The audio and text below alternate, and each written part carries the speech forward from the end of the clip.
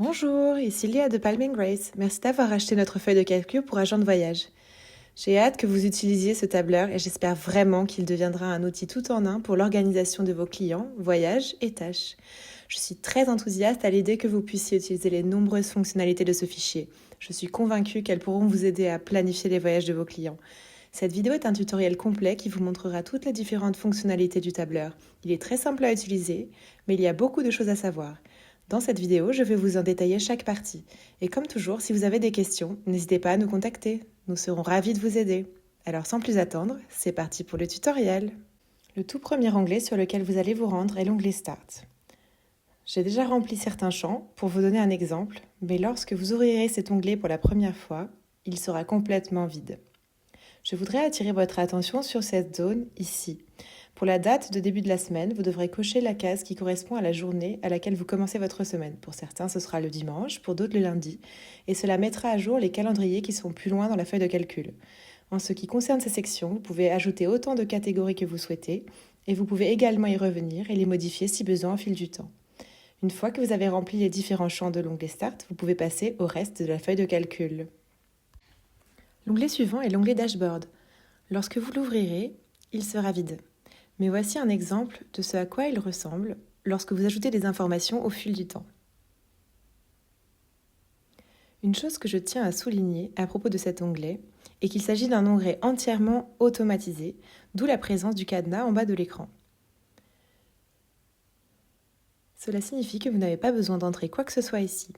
Tout est mis à jour en fonction de ce que vous avez saisi dans les autres onglets. Nous avons ici activé les balises de protection pour qu'un avertissement s'affiche si vous essayez accidentellement de modifier quelque chose pour vous éviter de changer des formules ou des codes. Si c'est le cas, ce qui peut arriver à l'usage, les nombreuses protections dans le tableur permettent que les formules ne soient pas perturbées. Cliquez simplement sur Annuler et tout ira bien. La seule partie de cette feuille de calcul qui n'est pas automatisée est la partie Rechercher n'importe quelle date ici, mais j'y reviendrai plus tard et vous montrerai comment l'utiliser. Continuons. L'onglet suivant que nous allons explorer est l'onglet Client. L'onglet Client et l'onglet Trips, Voyage, qui est l'onglet suivant, sont très importants à remplir. Commençons par l'onglet Client. Certains titres de colonnes sont accompagnés d'un astérisque. Toute colonne comportant cette petite étoile ou astérisque signifie que vous devez remplir cette colonne. Les autres colonnes sont facultatives. Si elle est accompagnée de ce signe, cela signifie qu'elle est utilisée pour les automatisations et les formules dans d'autres parties de la feuille de calcul. Par exemple, je vais vous montrer comment remplir le tableau pour un client. Je vais donc utiliser mon nom et pour le statut, vous pouvez cliquer sur le menu déroulant. Chaque fois que vous voyez un petit triangle sur le côté droit d'une cellule, cela signifie qu'il y a un menu déroulant sur lequel vous pouvez simplement cliquer. Dans ce menu, vous pouvez cliquer sur Actif ou Inactif. Si vous cliquez sur Actif dans le menu déroulant, cette ligne sera mise en surbrillance, ce qui vous permettra de voir facilement quels clients sont actifs lorsque vous défilez votre liste. Ensuite, nous avons la colonne Lien. Vous pouvez utiliser cette colonne comme vous le souhaitez. Par exemple, ajouter un lien vers une autre feuille de calcul ou un autre document dans lequel vous conservez d'autres informations pour ce client. Cela reste une colonne facultative, donc vous pouvez la laisser vide sans problème. La colonne suivante indique la date d'onboarding. Dans cette colonne, vous pouvez simplement indiquer la date à laquelle vous avez commencé à travailler avec le client ou à laquelle vous avez officiellement accepté comme client. Pour cette colonne et pour toute autre nécessitant l'ajout d'une date, il vous suffit de double-cliquer sur la cellule vide et de sélectionner n'importe quelle date dans le calendrier. Vous pouvez également saisir n'importe quelle date en utilisant le format mois, date, année. Par exemple, si je veux mettre le 13 novembre 2023, je peux simplement le taper comme ça. La colonne suivante est la colonne des prospects qui est également un menu déroulant. Elle est remplie en fonction des catégories que vous avez saisies dans l'onglet Start. Vous pouvez donc sélectionner une catégorie dans le menu déroulant et ces informations sont utilisées dans l'onglet Dashboard pour vous aider à obtenir un meilleur aperçu de l'origine de vos clients. La colonne suivante est la colonne Est récurrent. Répondez par oui ou non et modifiez au fil du temps si le client devient récurrent, juste pour vous aider à garder une trace des clients avec lesquels vous avez travaillé plus d'une fois. En défilant vers la droite, vous pouvez ajouter des informations de contact pour le client, telles que l'adresse, le téléphone, l'adresse mail, le fuseau horaire et les préférences en matière de communication. Vous pouvez également ajouter la facturation et d'autres détails, tels que les voyages passés, les voyages que vous avez déjà réservés pour eux, des préférences et hébergements, ainsi que d'autres remarques. Il s'agit donc d'un très bon onglet tout en un pour garder une trace de vos différents clients et des informations importantes les concernant. Passons à l'onglet suivant, l'onglet Trips, Voyage. Avant de commencer, je tiens à préciser que certaines colonnes sont en beige dans cet onglet, ainsi que dans l'ensemble de la feuille de calcul. Toutes les colonnes qui sont plus foncées que les autres signifient qu'elles sont automatisées.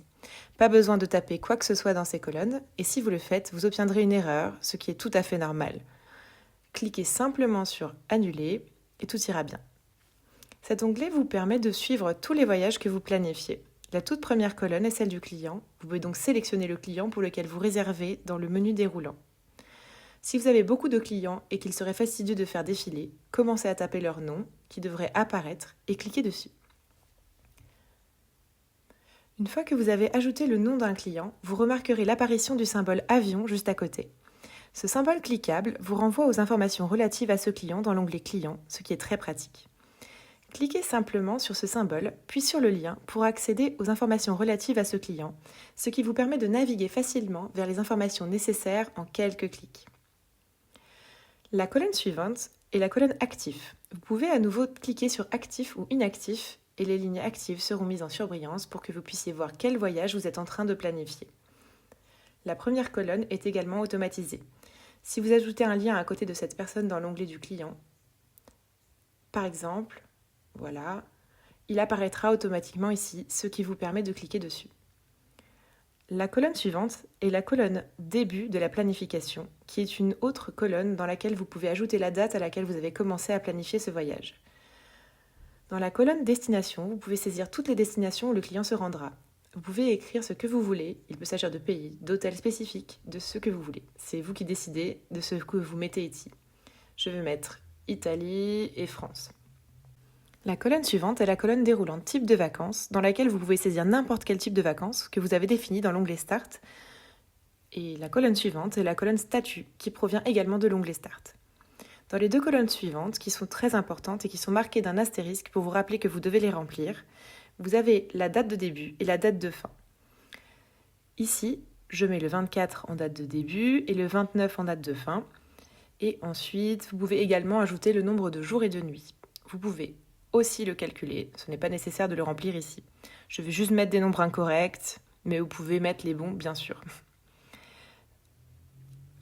Vous pouvez ensuite ajouter des informations, telles que le nombre d'adultes, tous les noms des adultes, le nombre d'enfants, tous les noms des enfants, et cette colonne créera un total. Ainsi, si vous dites qu'il y a 5 adultes et 10 enfants, le système calculera qu'il y a 15 personnes au total. Vous pouvez également ajouter des idées d'événements ou de destinations. Il peut s'agir d'une excursion spécifique ou d'un lieu particulier qu'ils aimeraient voir. Là encore, vous pouvez remplir ces champs comme vous voulez.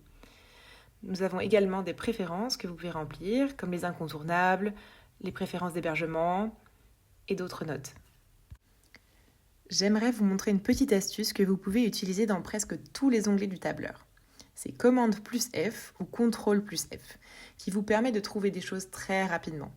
Par exemple, si vous avez une liste de 100 voyages planifiés et que vous voulez trouver un voyage en particulier très rapidement, faites Commande plus F ou Contrôle plus F sur votre clavier et cette petite zone de recherche va apparaître et vous pouvez alors taper le nom de la personne ou n'importe quel mot-clé et cela vous amènera rapidement à ce voyage. C'est très utile si vous disposez d'énormément d'informations et que vous souhaitez accéder rapidement à un élément. L'onglet suivant est l'onglet To-Do List qui est très pratique pour garder une trace de toutes les tâches à faire. Vous remarquerez peut-être que cet onglet est un peu différent car il comporte des zones vertes sur les côtés. C'est parce que cette zone comporte un filtre, ce qui vous permet de trier vos tâches de A à Z dans n'importe quelle colonne. Si vous souhaitez les trier par priorité, par statut, par date d'échéance ou par catégorie, c'est tout à fait possible. Voici comment ajouter des tâches. La première chose à ajouter est le nom du client. Et une fois de plus, ce lien va apparaître ici et renvoyer à l'onglet Client. Par exemple, si l'une de vos tâches consiste à appeler votre client, il vous suffit de cliquer dessus et de faire défiler l'écran pour trouver rapidement son numéro de téléphone. Vous pouvez ensuite ajouter des informations sur la tâche, une catégorie, une date d'échéance en double-cliquant. Et le nombre de jours jusqu'à cette date d'échéance apparaîtra automatiquement ici. Vous pouvez ajouter un statut, une priorité et un lien si nécessaire. Comme vous l'avez probablement remarqué, les graphiques se mettent automatiquement à jour et au fur et à mesure que vous ajoutez des informations. J'ai donc ajouté un peu plus d'informations pour que vous puissiez voir à quoi cela ressemble avec plus de tâches. Une fois que vous commencez à les accomplir, il vous suffit de les cocher ici et elles seront rayées de la liste. Une autre fonctionnalité intéressante de l'onglet To-Do List est la possibilité de cocher ou de décocher cette case pour ajouter des couleurs aux colonnes de catégories et de priorités. Si vous trouvez les couleurs un peu trop présentes, vous pouvez cliquer sur cette case et elles disparaîtront. Il vous suffira ensuite de cliquer à nouveau sur cette case pour les faire apparaître à nouveau. Là encore, vous pouvez trier toutes ces colonnes. Pour ce faire, il vous suffit de cliquer sur ces 3 lignes ici. Je vous recommande de trier de A à Z ou de Z à A. Je vous déconseille de jouer avec ces éléments ici car ils peuvent être un peu capricieux. Par exemple, si je veux trier les tâches dont l'échéance est la plus proche, je dois le faire de A à Z. L'outil réorganisera l'ordre pour vous. Cet onglet est très facile à utiliser et j'espère que vous y trouverez une utilité. Dans l'onglet Resorts Hébergements, vous pouvez ajouter vos hébergements préférés ou des hébergements que vos clients ont appréciés afin de pouvoir facilement les recommander à vos futurs clients au fil du temps. Vous pouvez ajouter un grand nombre d'informations, y compris un menu déroulant permettant de choisir s'il s'agit d'une formule tout compris ou non. Vous pouvez ajouter le coût moyen par nuit, le nombre d'étoiles et la clientèle idéale, enfant ou adulte, ou si c'est très haut de gamme ou autre. Vous pouvez également ajouter un lien vers l'hôtel afin de pouvoir y accéder facilement. Des puces de filtrage vous permettent de filtrer par lieu. Si vous cliquez sur ces 3 traits ici, vous pouvez cocher et décocher des lieux pour modifier l'aperçu. Par exemple, si je souhaite afficher uniquement les hôtels situés à Orlando, il me suffit de cliquer sur la case Orlando pour que seuls les hôtels situés à Orlando s'affichent. Pour revenir en arrière, il suffit de cliquer sur Sélectionner tout et tout s'affichera. Si vous avez beaucoup de lieux différents, il peut être plus facile de cliquer sur Effacer tout, puis de parcourir la liste et de sélectionner les lieux que vous voulez voir. Encore une fois, c'est très facile et je suis convaincue que ce sera un excellent outil pour votre agence. Nous avons également l'onglet Communications Log, journal des communications, qui permet de suivre facilement les communications avec les clients, les futurs clients ou n'importe qui d'autre. Pour ajouter une communication, double-cliquez sur la cellule et sélectionnez la date de la communication. Lorsque vous commencez à saisir un nom, les noms figurant dans l'onglet client apparaissent automatiquement ici. Vous pouvez soit ajouter un nom de l'onglet client, soit ajouter n'importe quel autre nom et il sera ajouté à la liste. Par exemple, si je tape Dylan W est ajouté à la liste et vous pouvez également chercher Dylan ici. Vous pouvez ensuite ajouter tous les détails de vos échanges. Sur le côté, vous pouvez filtrer vos communications. Ce côté est entièrement automatisé. Si vous essayez de le modifier, un message d'erreur s'affiche. Si c'est le cas, il vous suffit de cliquer sur Annuler pour qu'il disparaisse. Vous pouvez filtrer par ordre croissant ou décroissant, par client ou les deux. C'est votre choix. Il s'agit d'un outil idéal pour retrouver facilement certaines communications. L'onglet suivant est l'onglet Travel Calendar, calendrier de voyage. C'est un onglet très intéressant car il vous permet de voir exactement quand les clients partent et quand ils rentrent chez eux. Par défaut, cet onglet affiche le nom du mois en cours, mais vous pouvez rechercher n'importe quel mois. Par exemple, si vous souhaitez rechercher le mois d'avril, avril apparaîtra. L'affichage des années peut prendre un moment. Une fois que vous avez ajouté le mois et l'année, les dates de ce mois s'affichent automatiquement. J'ai fixé le voyage que j'ai saisi dans l'onglet Start à décembre 2023. Je sélectionne donc décembre 2023. La date actuelle est alors mise en évidence. Si je fais défiler l'écran vers le bas, je vois que Susan Brown part le 24.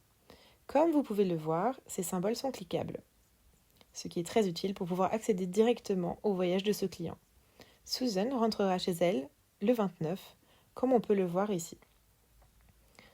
Si jamais vous oubliez la signification des symboles, nous avons ajouté une petite légende ici. Vous vous demandez peut-être à quoi sert cette zone. Pour vous montrer, je prends une feuille de calcul un peu plus remplie. En fait, une fois que vous avez ajouté les données des voyages, si plusieurs personnes partent ou rentrent chez elles le même jour, un maximum de 4 s'affichera. Et vous verrez un plus pour le nombre de personnes supplémentaires. Cette zone vous permet de voir toutes les personnes qui voyagent ce jour-là. Si vous cliquez sur ce menu déroulant, tous les jours du mois et de l'année sélectionnés ci-dessus apparaîtront et vous pouvez cliquer sur n'importe quelle date. Par exemple, je vais cliquer sur le 4 car c'est là que je vois un grand nombre de voyageurs et les 5 clients apparaîtront ici. Comme vous pouvez le constater, il y a beaucoup d'espace ici. Vous ne devriez pas en avoir besoin, mais nous l'avons prévu au cas où. Ici, vous pouvez également voir à quoi cela ressemble lorsque vous avez davantage de personnes qui voyagent. Voilà comment utiliser le calendrier de voyage. Passons maintenant à l'onglet Places Traveled, lieux visités. C'est un onglet très intéressant qui vous permet de suivre les déplacements de vos clients et les différents lieux que vous avez réservés. C'est impressionnant au début, mais on s'y habitue très vite, promis. En fait, les seules zones de la feuille de calcul que vous devez modifier sont ces 2 colonnes, et c'est très facile. Tout le reste sera automatiquement mis à jour pour vous. Commençons par la colonne États. Vous voyez ici une carte des États-Unis, et lorsque vous ajoutez des États, la carte change de couleur en conséquence. Par exemple, j'ajoute le Texas. La mise à jour peut prendre quelques secondes. Maintenant, ajoutons la Californie et l'Arizona. En gros, chaque fois qu'un client se rend dans l'un de ces endroits, vous l'ajoutez à la liste. Par exemple, si un autre client se rend au Texas, vous l'ajoutez à nouveau à la liste. Au fur et à mesure que vous ajoutez des États, vous pourrez voir quels sont les États plus ou moins populaires et ceux qui n'ont pas été visités du tout. Je vais ajouter quelques États pour que vous puissiez vous faire une idée plus précise de ce à quoi cela ressemblerait. J'ai ajouté un grand nombre d'États et vous pouvez voir que la carte le reflète parfaitement. On observe que la Floride est l'État que j'ai le plus ajouté avec la Californie et ensuite cela descend dans l'échelle des couleurs. New York, le Texas et des États comme le Montana, le Massachusetts et la Pennsylvanie n'ont pas été ajoutés autant de fois. Vous avez aussi un chiffre actualisé ici qui montre que les États ont été visités 13 fois et vous pouvez voir le pourcentage de tous les États, ce qui est vraiment génial. Sur le côté, dans la sélection Top Traveled, le top 5 des États est automatiquement mis à jour avec le nombre de fois où ils ont été visités. Mais attention, l'orthographe est d'une importance capitale. Si vous saisissez un État ou un pays de manière incorrecte, il ne sera pas mis à jour sur la carte et les chiffres ne reflèteront pas avec précision le nombre de fois qu'un lieu a été visité. N'oubliez pas de contrôler l'orthographe. Le mieux est d'utiliser les noms de destination en anglais, comme California au lieu de Californie. Dans l'onglet suivant, vous trouverez une traduction du français vers l'anglais afin que vous puissiez facilement voir les noms anglais des destinations. Pour ajouter un pays, la première chose à faire est de sélectionner dans la liste déroulante l'endroit où se trouve le pays. Par exemple, je peux sélectionner États-Unis sous Amérique du Nord et la mise à jour se fait automatiquement. Vous pouvez également sélectionner Europe et France et la mise à jour s'effectue. Vous pouvez procéder ainsi pour tous les pays du monde. Les cartes peuvent parfois être capricieuses. Par exemple, j'ai essayé d'ajouter des pays d'Amérique centrale, mais la mise à jour ne se faisait pas correctement. Ces cartes sont vraiment géniales et nous donnent un bon aperçu, mais elles ne représentent pas toujours tout avec précision. Comme vous pouvez le voir, lorsque j'ajoute des pays, les cartes se mettent à jour, ainsi que le nombre de pays visités et le pourcentage de tous les pays. Et vous pouvez également voir ces données dans la sélection Top Countries Traveled, top des pays visités. Sur le côté, vous pouvez consulter des données spécifiques pour différents pays, ce qui est très pratique pour avoir une vue d'ensemble des différents pays. Dans la section Top Traveled, top visités, sur la gauche, vous avez aussi une répartition des continents visités, montrant les plus visités. J'ajoute maintenant quelques pays pour que vous puissiez avoir un meilleur aperçu. J'ai ajouté un certain nombre de pays et vous pouvez voir comment les cartes du monde entier et des continents ont été mises à jour, ainsi que les chiffres et les cartes des continents individuels. Les zones situées à gauche ont également été mises à jour. Enfin, une dernière fonctionnalité que je souhaite vous présenter est la possibilité de rechercher n'importe quel État ou pays et de voir combien de fois il a été visité. Vous pouvez le faire en sélectionnant dans le menu déroulant, mais il y a beaucoup d'éléments, alors je vous recommande d'utiliser la fonction recherche. Par exemple, si je veux rechercher le Brésil, je peux commencer à taper ici, et le nombre de fois qu'il a été répertorié sera automatiquement mis à jour ici. Voilà comment utiliser l'onglet Lieux visités. L'onglet suivant est l'onglet Reviews avis. C'est un onglet très simple qui vous permet de suivre les différents avis et témoignages laissés par vos clients. Pour ce faire, vous pouvez ajouter des dates, un nom, un avis, le nombre d'étoiles qu'ils vous ont attribuées ou d'éventuelles remarques. Nous avons prévu de l'espace pour une centaine de commentaires, mais si vous avez besoin de plus de place, vous pouvez facilement faire un clic droit et insérer une ligne ou autant de lignes que vous le souhaitez. Les 2 derniers onglets sont consacrés au suivi des commissions. Nous avons le journal des commissions, le journal des dépenses et l'onglet détail des commissions qui semble un peu surchargé mais qui vous donne de nombreuses informations précieuses sur vos commissions. Commençons par l'onglet journal des commissions. Dès que vous recevez une nouvelle commission, vous pouvez l'ajouter à cet onglet. Et là encore, veillez à remplir les colonnes comportant le signe astérisque. La toute première colonne est la date de réservation que vous pouvez ajouter en double-cliquant et en la sélectionnant dans le calendrier. Vous pouvez ajouter un nombre de clients afin que vous puissiez voir combien de commissions vous recevez de clients spécifiques Puis vous pouvez ajouter une description, une catégorie, une référence de réservation et enfin ici le montant de la réservation. Par exemple, disant qu'il s'agit de 10 000 $. Le montant total dépensé pour les réservations apparaît ici afin de visualiser combien d'argent vos clients ont dépensé au total. Vous pouvez ajouter ici le taux de commission, par exemple une commission de 5%. La commission totale que vous avez gagnée apparaîtra alors ici et vous verrez également un total en hausse.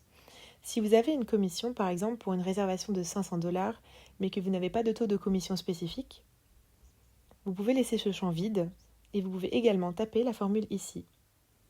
Par exemple, si vous avez une commission de 60 $, vous pouvez ajouter les montants ici, comme ça.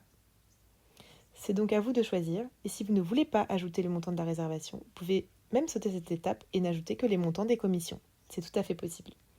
En faisant défiler l'écran un peu plus à droite, nous avons quelques colonnes cachées qui ne sont pas très importantes, mais qui peuvent vous être utiles. Il s'agit de l'état du paiement, qui vous permet de vérifier si vous avez été payé ou non, et vous pouvez ajouter d'autres notes ici.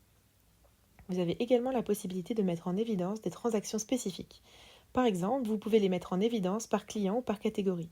Ainsi, si je souhaite mettre en évidence les commissions de Lee-Marie et rechercher spécifiquement celles qui concernent les hôtels, je peux juste faire ça. Vous pouvez ajouter jusqu'à 2 options ou à une seule si vous préférez. L'onglet suivant est l'onglet Journal des dépenses. Cet onglet est très similaire au Journal des commissions, mais il comporte un peu moins de colonnes. Nous allons commencer par ajouter des dates, puis vous pouvez ajouter une catégorie pour vos dépenses, une description, un magasin ou un reçu, le montant et les totaux, les types de paiement et d'autres notes. Enfin, comme pour l'autre onglet, vous pouvez mettre en évidence des catégories spécifiques. L'onglet Détail des commissions vous montre toutes vos commissions réparties par mois ou année spécifique. Cet onglet est entièrement automatisé, à l'exception des menus déroulants. Dans ces menus, vous pouvez sélectionner n'importe quel mois. La plupart des commissions que j'ai ajoutées concernaient le mois de décembre. Je vais donc ajouter le mois de décembre, puis vous pouvez ajouter l'année. Une fois que vous avez ajouté ces deux éléments, les chiffres s'affichent automatiquement. Vous pouvez consulter diverses informations, telles que les commissions par catégorie, les dépenses, les totaux, la marge bénéficiaire pour ce mois et le montant total des réservations pour ce mois. Vous pouvez consulter les commissions versées par les clients. C'est une autre zone que vous pouvez modifier et vous pouvez voir une répartition des commissions et des dépenses. Cet onglet est structuré de la manière suivante. Cette zone correspond au mois, à l'exception de ces graphiques qui nous semblaient importants d'ajouter, mais qui s'appliquent à l'ensemble de l'année. Et enfin, cette zone ici en bas est axée sur l'ensemble de l'année. Vous pouvez voir les commissions par mois, les dépenses, les flux de trésorerie et les marges bénéficiaires. Il y a beaucoup d'informations intéressantes dans cet onglet et j'ai hâte de voir comment il peut améliorer votre entreprise grâce aux informations que vous pouvez obtenir. Enfin, je voudrais revenir à l'onglet Tableau de bord, car nous avons ajouté beaucoup plus d'informations et le tableau a été mis à jour. Vous pouvez maintenant voir que nous avons planifié un voyage à partir de l'onglet Voyage. Ici, il n'y en a qu'un, mais au fur et à mesure, je suis sûre que vous en aurez plein d'autres. Vous pouvez voir une répartition de vos voyages par type, comment vos clients vous ont découvert, ainsi que les informations sur les commissions ici. Il s'agit d'un total de vos commissions depuis plusieurs années, ce qui n'apparaît pas dans l'onglet Détail des commissions, mais qui est très intéressant. Vous pouvez voir différentes statistiques, ici, comme les tâches à venir. Vous pouvez cliquer sur les symboles et aller directement à ces tâches dans l'onglet To-Do List, ce qui est très utile. Cet onglet n'affiche que les tâches qui n'ont pas été complétées. Vous pouvez consulter les tableaux à partir de l'onglet Lieux visités. Vous y trouverez des informations plus détaillées, mais vous pouvez voir ici un aperçu des États et des pays. En bas, vous pouvez voir les prochains départs, et oui, bien sûr, ces symboles sont tous cliquables. Ici, les prochaines arrivées. J'ai légèrement modifié les dates pour que vous puissiez voir les clients qui voyagent actuellement. Si la date actuelle se situe entre les dates de début et de fin de voyage, elle apparaîtra ici, ce qui est vraiment génial pour suivre les clients qui voyagent actuellement. Vous pouvez également cliquer sur le symbole pour accéder à l'onglet Voyage. Vous pouvez également rechercher n'importe quelle date pour voir quels clients voyageront à cette date. Par exemple, si je souhaite effectuer une recherche uniquement sur le 17, parce que je sais que quelqu'un voyagera à cette date, je peux effectuer une recherche à n'importe quelle date et le client qui voyagera à cette date apparaîtra. Voilà donc comment fonctionne notre feuille de calcul pour agent de voyage. Je suis ravie que vous l'ayez acheté et que vous l'utilisiez. Je sais qu'il y avait beaucoup d'informations dans cette vidéo, alors si vous avez des questions, n'hésitez pas à nous contacter, nous serons ravis de vous aider. Nous souhaitons vraiment que vous trouviez de la valeur dans ce fichier, c'est pourquoi nous l'avons créé, et c'est, je l'espère, la raison pour laquelle vous l'avez acheté. C'est la fin de notre tuto. Encore une fois, merci beaucoup pour votre achat et si vous avez des questions, n'hésitez pas à nous contacter, nous serons heureux de vous aider. À bientôt, j'espère.